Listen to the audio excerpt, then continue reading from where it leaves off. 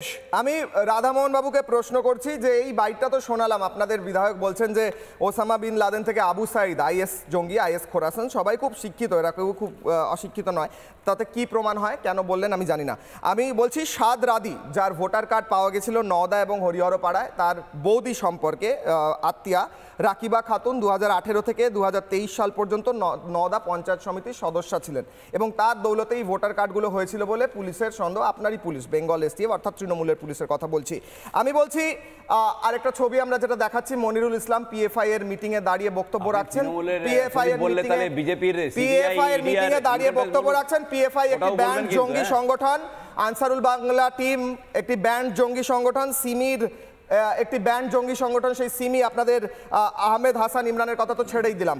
জঙ্গিদের সঙ্গে তৃণমূলের এই ঘনিষ্ঠ যোগাযোগের কি কারণ? আপনারা কি চাইছেন? মানুষ তো ভোট দিচ্ছেন, এখান থেকে কি টাকা আসে, নাকি এদের ঘাড়ে ভর করে পরের ভোটগুলো পেরোতে চাইছেন কারণ মানুষের উপর আস্থা নেই? কেন জঙ্গিদের সঙ্গে এত ঘনিষ্ঠ সম্পর্ক এবং স্পষ্ট প্রমাণ উঠে আসছে?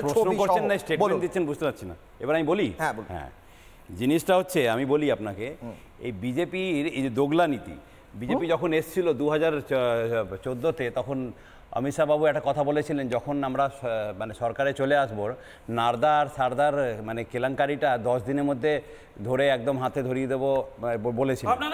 আরে দাঁড়াও না ভাই, একটু বলতে দাও না।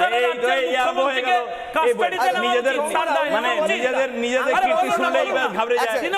আরে আমি একটু বলতে দাও।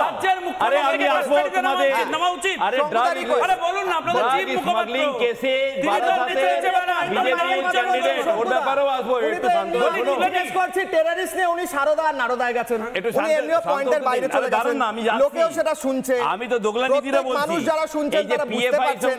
আপনারা যে বলছেন পিএফআই একটা ব্যান্ড সংগঠন, ঠিক কথা, ব্যান্ড সংগঠন, কিন্তু একটা কথা বলুন তো, জেএনইউতে একটা কথা আমি শুনেছিলাম যে আজাদি, ওখানে আজাদি শুনেছিলাম, জেএনইউতে সবথেকে বেশি ফান্ডিং কিন্তু মোদি সাহেবের আমলেই এসছে।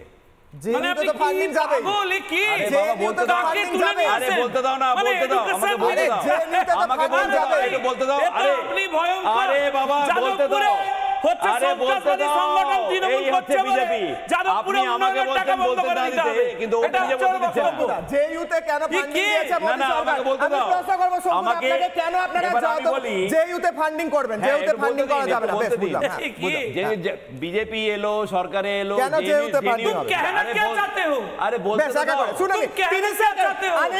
রাধামোহন বাবু 30 সেকেন্ড দিলাম, যান। तुम कहना क्या चाहते हो? जेएनयू তে ফান্ডিং হবে 30 সেকেন্ড, এটাই বোঝা যাচ্ছে। কি সমস্যা? 30 সেকেন্ড রাধামোহন বাবু, আমি এখন বলছিলাম অডিওটাও। এবার জিনিসটা হচ্ছে, আজকে দেখলাম শুভেন্দু দা একটা জিনিস বললো, আমরা সরকারে, এখানে সরকারে এলে যাদবপুরে রাষ্ট্র পতাকা ধরিয়ে দিতাম, কিন্তু জেএনইউতে ধরাতে পারলেন না তো। কেন ধরাতে পারলেন? আরে বাবা, কোথায় ধরাতে পারলাম না? কি বলছো ভাই? তোমাদের মতন তো আমরা এটা বলি না, গলি মারো শালোকো। আমরা কিন্তু দোগলা নীতি করি না। কোন স্কুল, কোন কলেজ, এইসব বলে লাভ নেই। এবিপি কবে থেকে এসেছে? আরে তুমি তো আমারই ঘরের লোক ছিলে। তোমার কলেজে তো সরস্বতী পূজা আমি প্রশ্ন করেছি, সন্ত্রাসবাদীরা ঘুরে বেড়ায়। তোমার কলেজে এখন সাব্বির আলী চালায়। রাধামোহন বাবু, আমি স্পেসিফিক প্রশ্ন করেছি, তৃণমূলের কেন ঘনিষ্ঠতা রয়েছে সন্ত্রাসবাদীদের সঙ্গে? আমার স্পষ্ট প্রশ্ন। পিএফআই সঙ্গে যুক্ত, এটা কিন্তু আমি বলছি না, এটা কিন্তু এসএসপি পাটনা এসএসপি বলছে যে বিজেপির আর আরএসএস এর ডাইরেক্ট লিংক হচ্ছে পিএফআই এর সাথে। বেসলেস কথাবার্তা পাটনা এসএসপি বলছে। সরকার কাদের? জোটে সরকার কাদের? বিহারে। এক সেকেন্ড শঙ্কুদা, আমি এক সেকেন্ড, আমি রাধামোহন বাবু, আপনি বললেন, আমি রাধামোহন বাবু, আপনি বলতে চাইছেন এই এসএসপি বলেছে বিজেপির আর আরএসএস এর সঙ্গে ডাইরেক্ট লিংক আছে, মানে রাধামোহন বাবু এক সেকেন্ড, রাধামোহন বাবু এক সেকেন্ড, পিএফআই এর সভায় দাঁড়িয়ে যেখানে মনিরুল ইসলাম দাঁড়িয়ে ছিল, সেখানে দাঁড়িয়ে পিএফআই এর জেনারেল সেক্রেটারি বলেছে যে আরএসএস এবং বিজেপি হচ্ছে ক্যান্সার।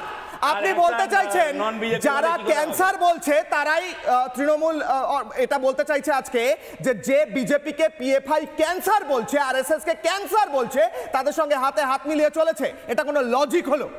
লজিক হলো কি? এটা কোনো লজিক ইজ আরএসএস বিজেপি কে আটকানোর জন্য তৃণমূল কি প্রয়োজনে সন্ত্রাসবাদীদের সাহায্য নেবে? আমার প্রশ্ন দাদা, আপনি স্পষ্ট করুন। আপনি একটু রাগ করুন, আপনি রাগ না হৃদয় একটু রাগ করুন। আমি অরিন্দম বাবুর কাছে আসবো। শেষ করুন, আপনি দ্রুত শেষ করুন, 10 সেকেন্ড। ও তো শেষ করতে দিচ্ছে না। অত আরে ভয়, শেষ রাজ্য অত শেষ করে ভয় দিয়েছে, আর কি শেষ করবে? শেষ করুন। রাজ্যই শেষ করে দিয়েছেন, উত্তর নেই। আরে রাজ্যটা শেষ করে দিয়েছেন।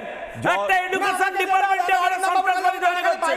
রাজ্য জসিমউদ্দিন রহমানি আনসারুল্লাহ বাংলা টিমের প্রধান, যে আনসারুল্লাহ বাংলা টিমের কথা এক্ষুনি বলছিলাম, দুজন ধরা পড়েছে, তাদের বৌদি তিনি তৃণমূল করে, আর দুজন যারা ধরা পড়েছে তারা আনসারুল্লাহ বাংলা টিমের সঙ্গে সরাসরি যোগ, তাদের কাছে সেই সমস্ত লিটারেচার পাওয়া গিয়েছে।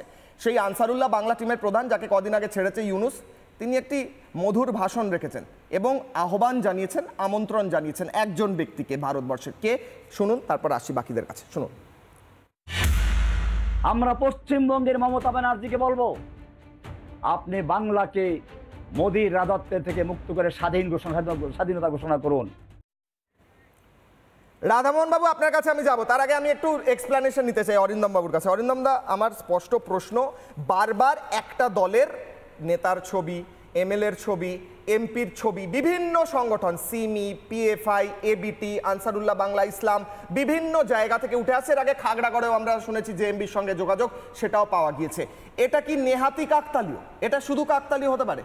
বলুন। না না, এগুলো অর্গানাইজড ওয়েতে চলছে। যেহেতু আমরা কিছু অসভ্য বর্বর ভারতবাসী আছে যারা আমার দেশে খাচ্ছে, দেশের হাওয়া খাচ্ছে, সব কিছু করছে, আইপিসি, সিআরপিসি সব কিছু নিচ্ছে, কিন্তু তারা বৈদেশিক নীতি মানে যেমন পাকিস্তান এবং উগ্রপন্থীদের সাপোর্ট করছে এবং তাদের কাছ থেকে প্রচুর অর্থ আসছে। কেন আসছে আপনাকে বলে দিই। এই যে আপনি জানেন, সম্প্রতি গত 15 এবং 16 তারিখে ফেব্রুয়ারিতে কে এসেছিলেন? মিস্টার অজিত দোভাল। একটা ভয়ঙ্কর কারণে উনি এসেছিলেন। সে কারণটা হচ্ছে কি, ISSB, Islamic state of Bengal, Malda, Murshidabad, West Bengal থেকে যে ঘাঁটি গেড়ে বসেছে, সেটা নিয়ে যে আলোচনাটা হয়েছে, সাধারণ মানুষ, শান্তিপূর্ণ মানুষ যারা পেপার দেখেন, আপনাদের ভয়ঙ্কর পরিস্থিতি আমাদের এই 4টে রাজ্যে এবং আসামের মধ্যে রয়েছে।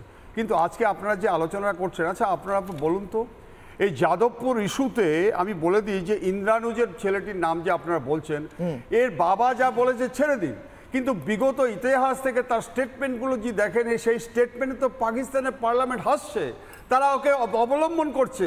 আজকে সে তো দেশদ্রোহী, আমাকে বলতে